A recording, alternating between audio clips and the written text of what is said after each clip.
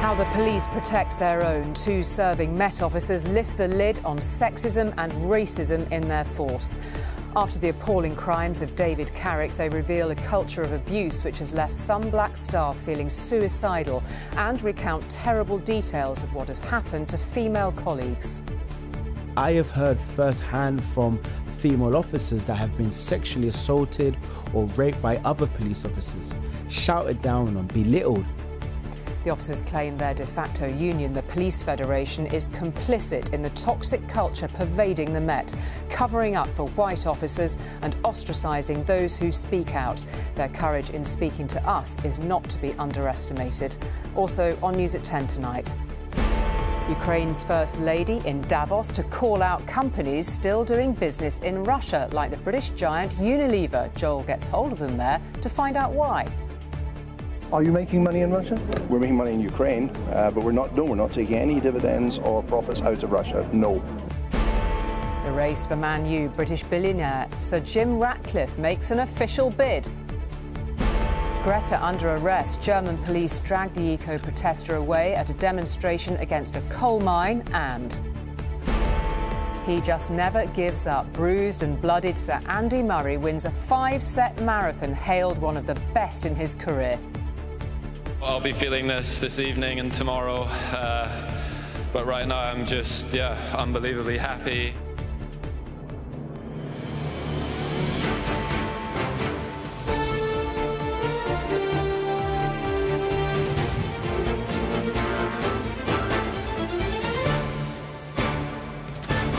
This is ITV News at 10 with Julie Etchingham.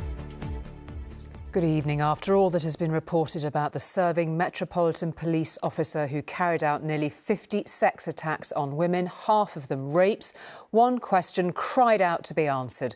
How could a police officer get away with such awful offences within an organisation whose primary reason for being is to stop crime? Well, today, in interviews with ITV News, two serving officers criticised not only the toxic atmosphere within the force itself, but also sexist and racist attitudes within what amounts to their union, the Police Federation.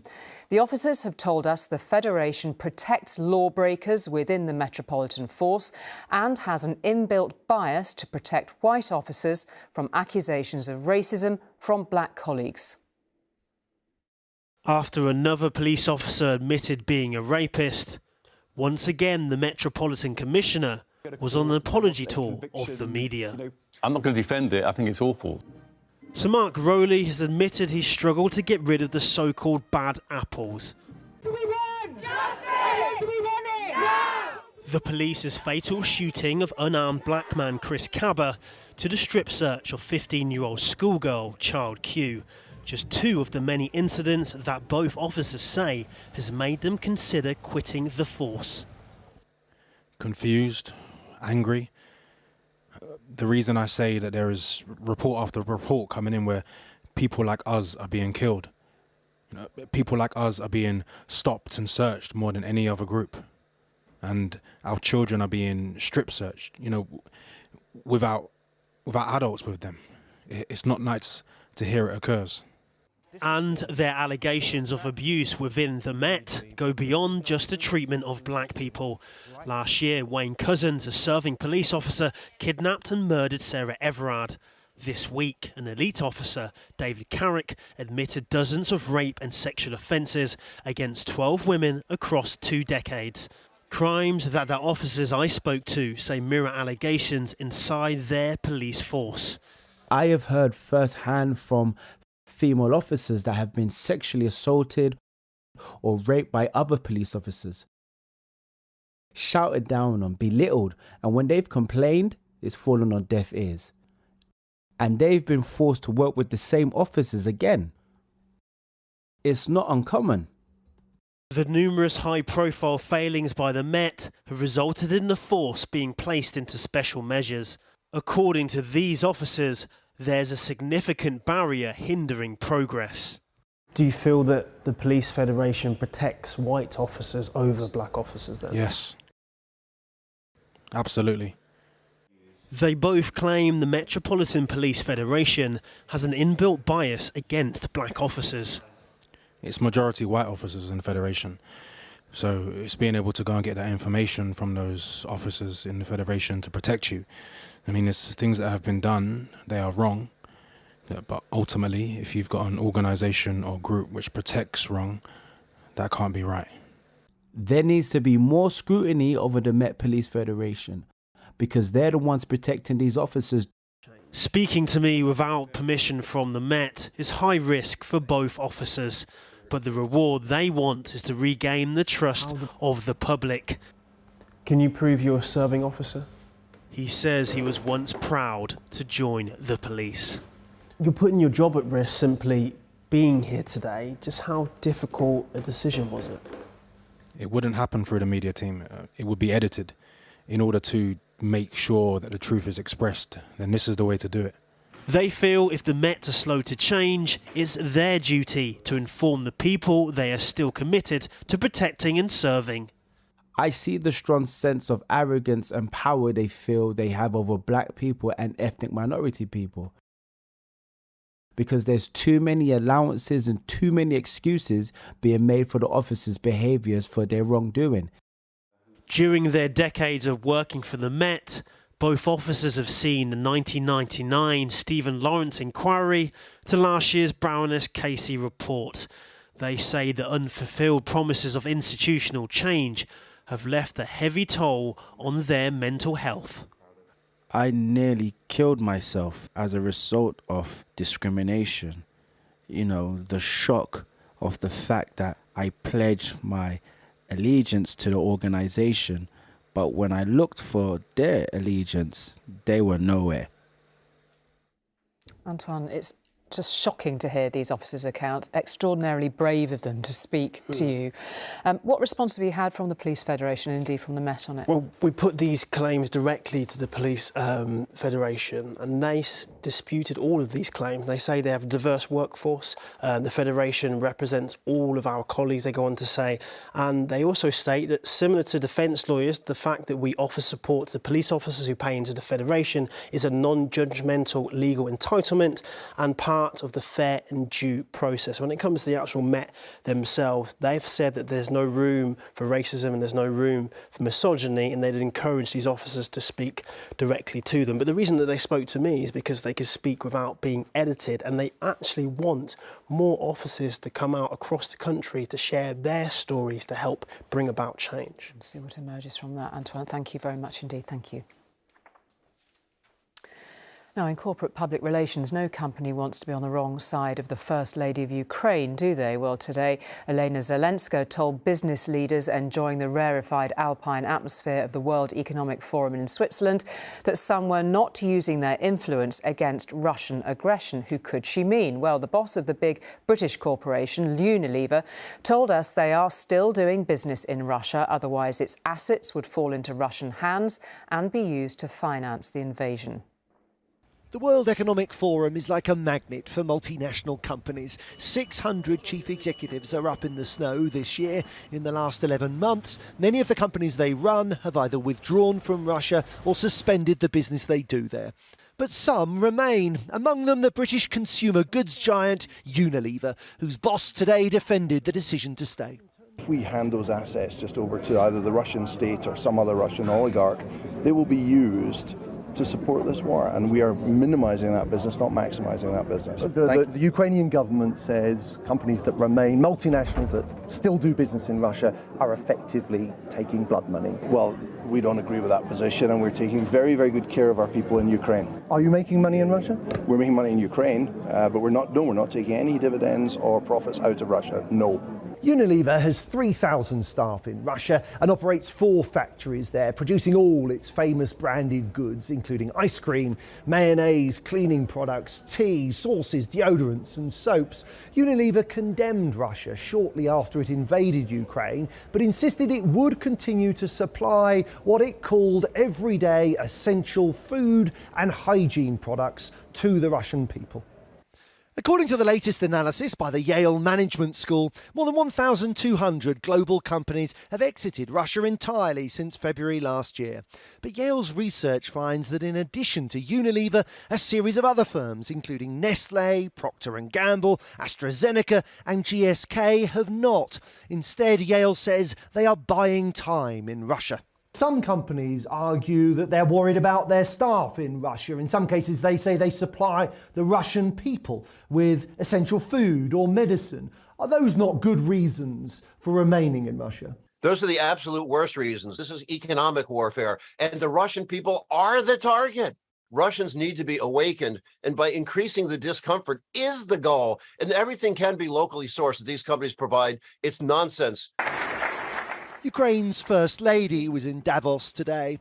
Elena Zelenska called on business leaders and politicians to do more to help Ukraine resist Russia. The message to companies from another member of the Ukrainian delegation here was more direct. Stop trade with Russia. Every dollar what you send to Russia is bloody money. Stay or go, Ukraine argues that at a time of war, global companies shouldn't hesitate. Many have quit Russia. Others argue there are ethical reasons to stay. What's striking, though, is that Western governments are not pushing those who have stayed to leave.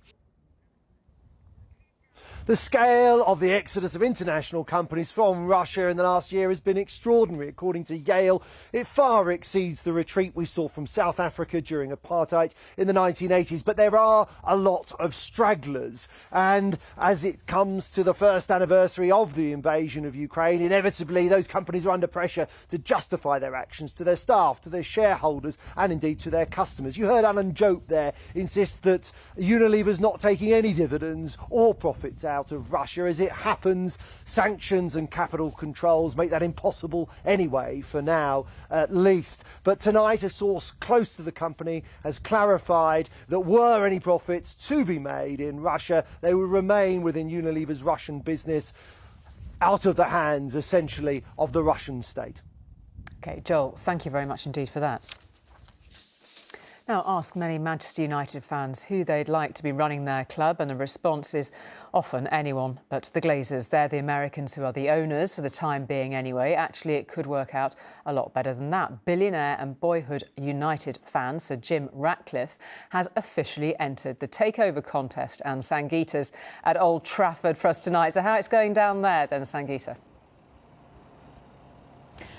Well, Manchester United fans would have already been smiling this week after their club won the Manchester derby at the weekend. And today, more good news. To top it off, it's one of the UK's richest men and one of the world's richest clubs. But who is Sir Jim Ratcliffe? Well, he's estimated to be worth in excess of £20 billion with his Ineos petrochemical group. And to make that match sound even more perfect, he's been a Manchester United fan since he was a young boy. But this is a club that's been in need of a cash injection for some time. Many United fans would say anyone would be an improvement to the American, the Glazers family, who've owned the club for the past 17 years. But many fans believe they haven't really invested in the club. But this is very early days. This is the beginning of this process. No sale has been made yet, and there will be stiff competition from the Middle East, Asia and America. There is a rumoured price tag of £5 billion. But with the deadline on bids next month, we'll have to wait a little longer to see who's in. OK, indeed, Sangeeta, get into the warm. Thank you very much indeed for that. Now, the first day of February has been targeted as the date for more strikes by public service workers seeking pay rises. Train drivers from both the RMT and ASLEF unions will strike on the 1st and 3rd of next month, the Wednesday and the Friday. University staff will also strike on the 1st. That date has also been chosen by teachers in England, Wales and Scotland, university staff, civil servants and driving instructors. Nurses in England begin another two-day strike tomorrow. The latest stats show that wages rose last year at their fastest rate for 20 years. What's not to like about that? Well, because, of course, inflation has been running at 10%. Wages actually fell in terms of real buying power. Anushka's here to take us through all the figures. Anushka. Well, as you said, there is good news and there is bad news. Let's start positive. Between September and November, average wages rose by 6.4%, which would be great if it wasn't for that I word you just heard from Julie, inflation.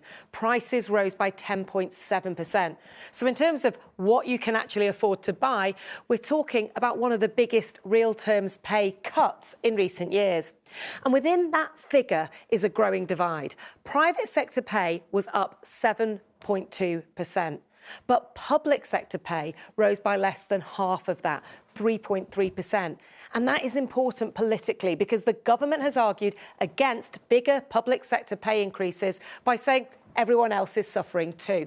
So is this a new trend? Let's look back over the past decade. So the red line here is private sector pay growth. The blue is public sector. And at the end, today's gap. Now, that is a reversal from COVID when, look at that red line, private sector pay growth plummeted. But before that, apart from a couple of exceptions, it's public sector pay, the blue line, that has lagged behind for most of a decade, including through the austerity years, which is, of course, linked to the industrial action you were just hearing about. And the figures show that almost 500,000 working days were lost to strikes in November. Finally, I just want to mention a big shift in economic inactivity, which is where working-age people are not seeking or are not available for work.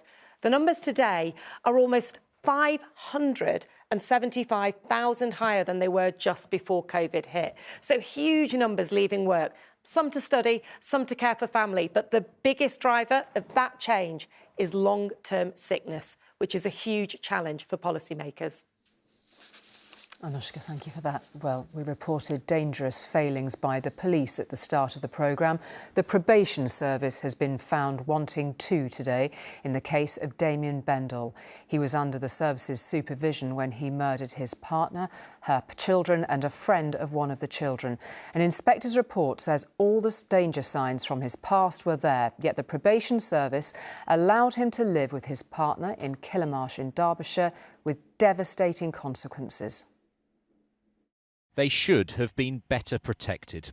Terry Harris, her children John Paul and Lacey Bennett, and her friend Connie Gent. Have you armed yourself? Yeah. They were all killed by Terry's violent partner Damien Bendel, who also raped 11-year-old Lacey. What have you done? I've murdered 4 people. But he could have been in prison were it not for multiple failures by probation officers to recognise the risk he posed. It's just a mess, isn't it? It's calamity after calamity. Charlie Gent can scarcely believe the volume of basic errors in today's report. His daughter Connie was killed while on a sleepover with her friend. If they'd have done just a basic PNC check, then, you know, maybe they'd all still be here today. It could have quite easily been prevented. I think the entire system's broken, really broken. Bendel had a long history of violence, but when he was convicted of arson in 2021, he was given a suspended sentence after probation officers wrongly classed him as low risk to women and children. They ignored an allegation of domestic abuse from a former partner and police concerns of a sexual threat to girls. He was allowed to live here with Terry Harris and her children under a curfew order, although she wasn't even consulted about it. And the report found many more missed opportunities to recognise the danger, but Bendel's probation officers were underqualified and overworked. From assessment to the court report to his supervision in the community, the quality of that work by probation was of an unacceptable standard and well below what was required and what the public, I think, have a right to expect. But he says some of the issues in Kilmarsh are common and that the probation service as a whole is unfit for purpose at assessing risk. This former probation officer, who didn't want to be identified, says staff are overstretched. When you're stressed, when you're strained, when you're anxious, when you're overworked, your decision making may well not be the best it has. Sometimes I used to see it as spinning plates, and sometimes you dropped a plate and hope that maybe something too bad didn't happen. Last week, Charlie and the other victims' families received a personal apology from the head of the probation service. What was it like to hear their apology? A bit disappointing. Is that it? That's what you thought? Yeah, I felt a little bit angry. I felt like laughing at him, to be fair. 4 people have died. It's like the worst, well, yeah, it's the worst thing that's ever happened to me anyway, but it's completely destroyed families. Something definitely needs to be changed, isn't it? The government says domestic abuse and child safeguarding checks are now mandatory for offenders on curfew. It says it's recruiting thousands more frontline probation staff. What happened here shows how important it is that things improve. Ben Chapman, News at 10, Kilmarsh. MPs won't get to vote on it tonight, but ministers have agreed to include tough new measures against social media bosses who don't protect children in the online safety bill. The government has offered a compromise to around 50 Conservative backbenchers who want prison sentences if companies don't stop damaging content appearing on social media platforms. The bill will be altered later before it reaches the House of Lords. Now, promises by a string of prime ministers to end what's known as conversion therapy have come and gone as fast as they have. But finally, Rishi Sunak has decided to ban it, whether for a person's sexuality or their gender identity. Paul has exposed the practice and its distressing effects and joins me now. This has been on, off, backwards, forwards. Why now? Well, Julie, you'd be forgiven for thinking you've heard all this before, because you have, from 4 different Prime Ministers, as you suggest.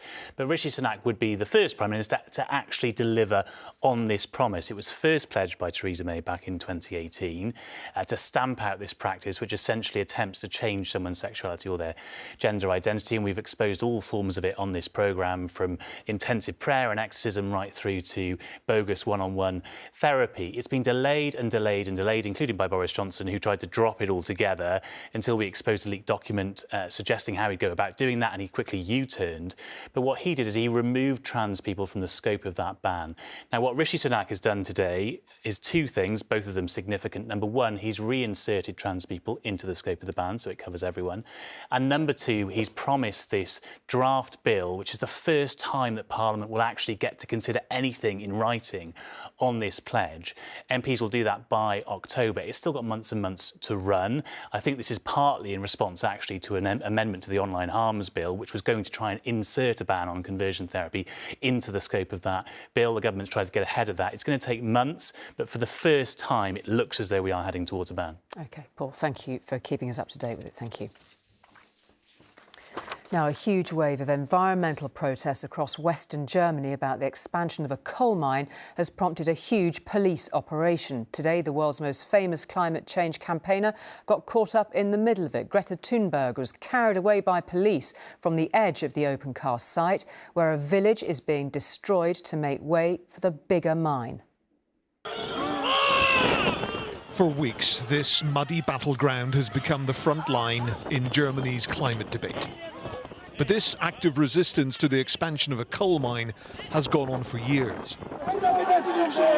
When the planet's best-known eco-warrior joins the protest, it becomes a global event. Greta Thunberg was detained by German police after several days in which she urged people to join the demonstrators. She claimed this was the 2nd time she'd been held. The village of Lützerath has been demolished as the open-cast mine expands. And when homes came down, tree houses went up as protesters tried to prolong their occupation. When the final activists were evicted, thousands more supporters arrived in the area. There are currently 35,000 people here in Lützerath defending. The German government gave the go-ahead for mining company RWE's plans, despite being a coalition which includes members of the Green Party. It's very weird to see the German government, including the Green Party, make deals and compromise with companies like RWE, with fossil fuel companies, when they should rather be held accountable for all the damage and destruction they have caused. The authorities claim the site in North Rhine-Westphalia isn't safe for the public because of the close proximity to an existing open-cast mine. Go, go, go, go, go! As well as violent clashes, the wet conditions have created elements of farce. A protester, who seemed immune to being bogged down, taunted those police officers who got stuck in the mud. And given the huge numbers involved, This fight isn't likely to end, no matter how many arrests are made. Ian Woods, News at 10. And for a young actor, a BAFTA Rising Star Award is about as good as it gets. A great accolade and a passport if you play your cards right to an even more successful career. So no wonder there is so much excitement among this year's nominees, all hoping to be recognised by the award. They're a rare breed of storytellers who find comfort seeing themselves on the big screen, their sights set on stardom. But the BAFTA Rising Star is more than just an award. It's the key that unlocks a career.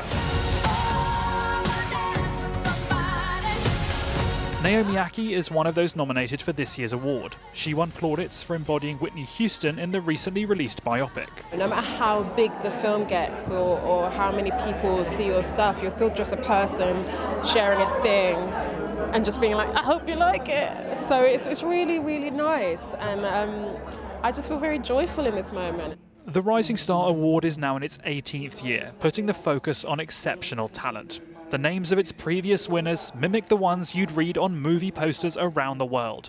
James McAvoy, John Boyega, Lashana Lynch, Tom Hardy and Tom Holland, to name a few. You want to talk about my mother, really? Well, you brought her up. Well, now I'm dropping it.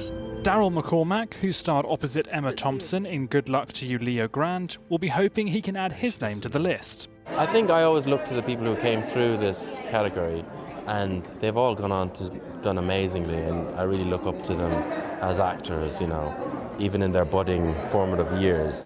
Rising Star is the only award at the BAFTAs where the winner is voted for by the public. I have no way to know that. I followed your order.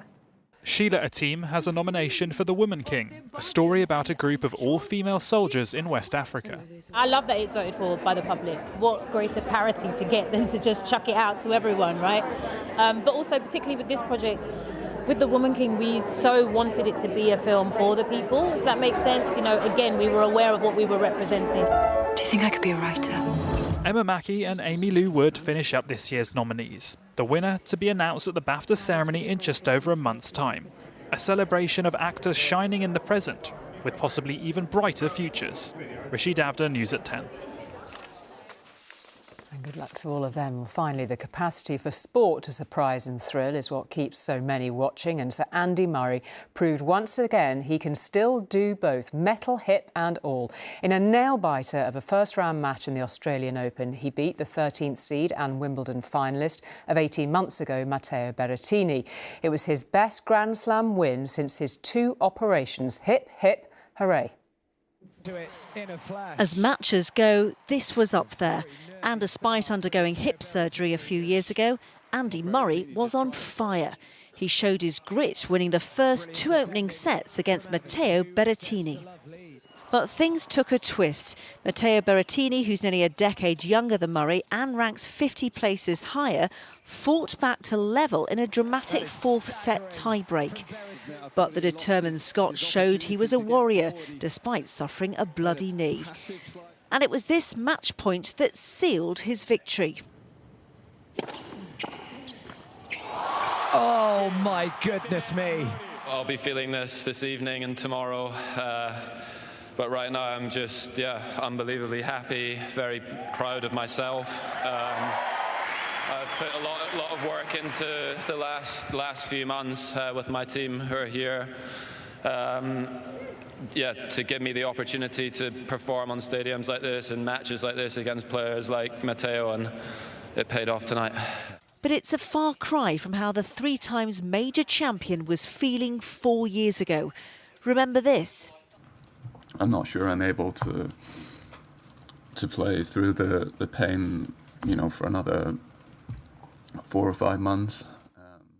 It was a moment that heralded the end of his career.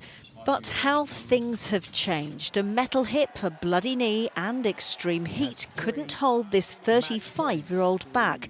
And even after a gruelling game, he still found time to clean up on court. Danny Sinha, News at 10.